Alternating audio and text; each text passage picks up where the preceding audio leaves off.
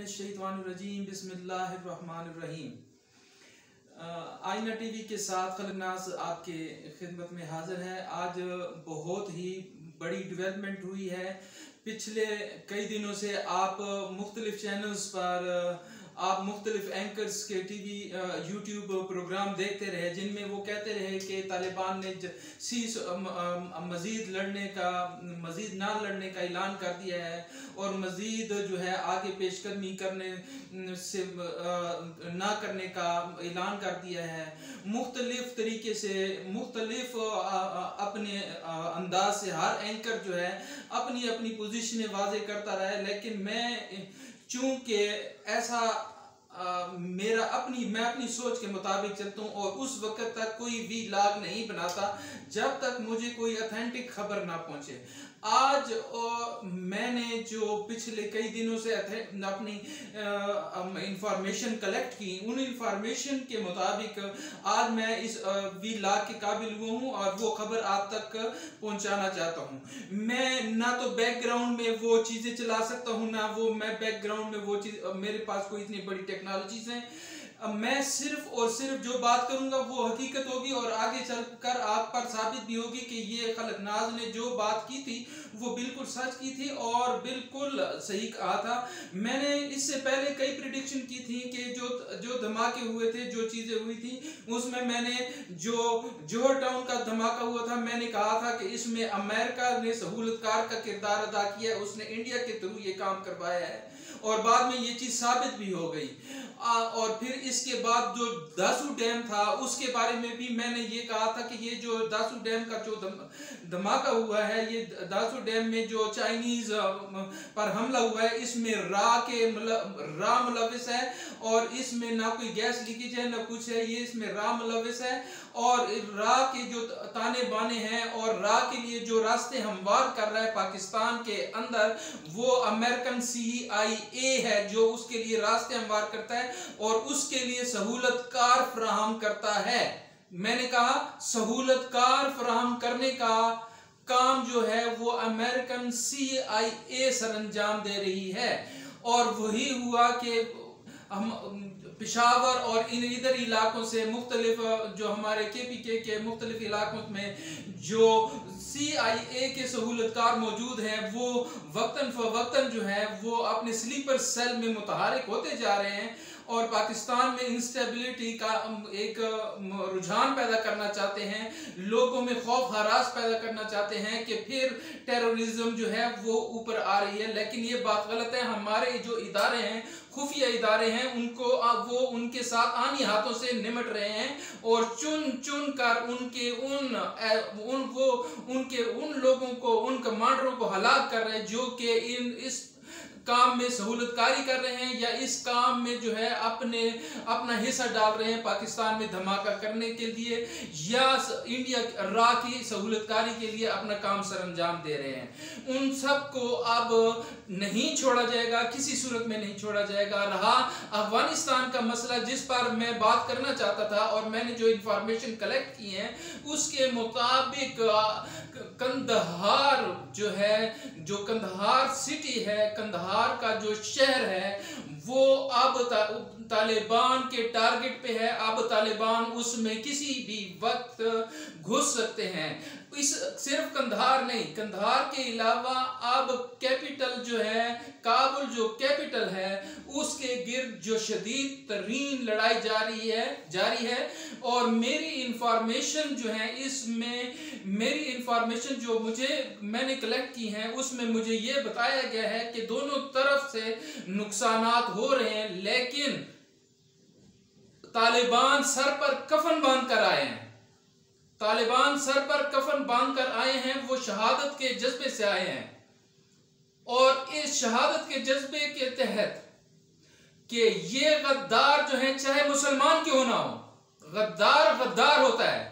जिसने इतने अरसे तक एक ईसाई मुल्क, गैर मुस्लिम मुल्क की हिमायत में काबुल पर हुक्मरानी की और काबुल पर तालिबान के खिलाफ लड़ते रहे और जब तालिबान अमेरिका के खिलाफ लड़ती रही, ये मुसलमान जो थे उस वक्त जो है इन्हीं तालिबान के खिलाफ लड़ते थे और फौज बना ली और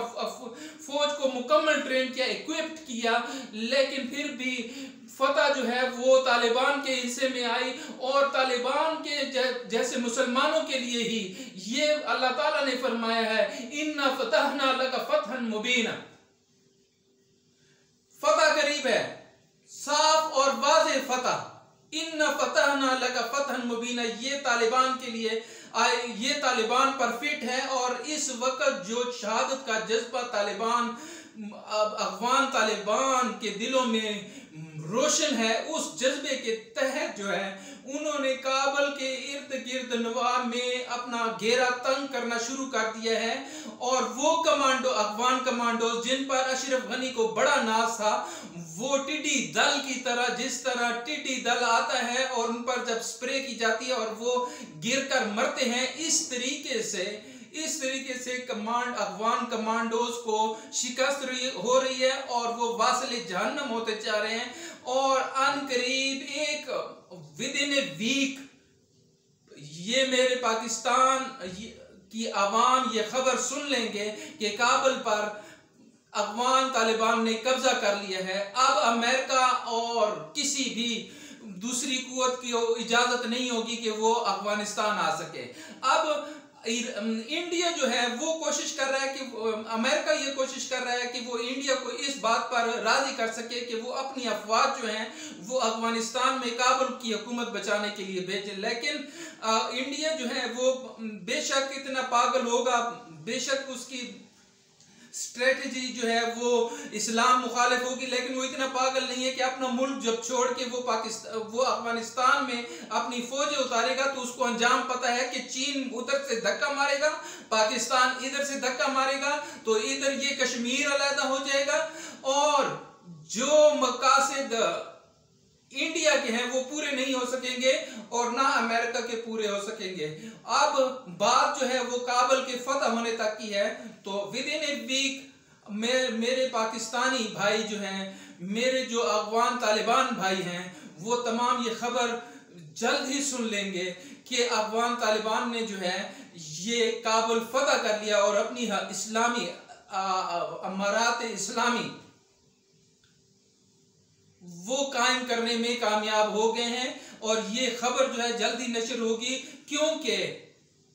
जो गेम CIA और पेंटागन, अमेरिका की पॉलिसी जो गेम दुनिया के साथ खेलना चाहती है, उसमें उसको रशिया, ईरान, पाकिस्तान, तुर्की और चाइना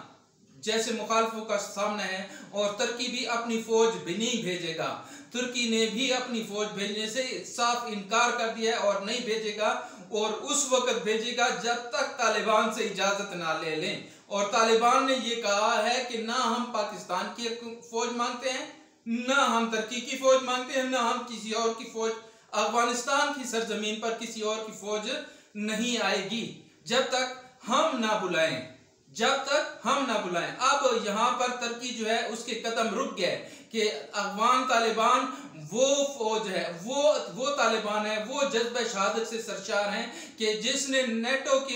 नेटो जैसे ममालिक को शिकस्त दी, नेटो जैसे, अमेरिका जैसे तमाम टेक्नोलॉजी से भरपूर फौज को शिकस्त दी, तो हम तुर्की क्या करेंगे। लिहाजा उन्होंने दरमियान का रास्ता अपनाते हुए इसको मशरूत कर दिया अफगान तालिबान की रजामंदी से।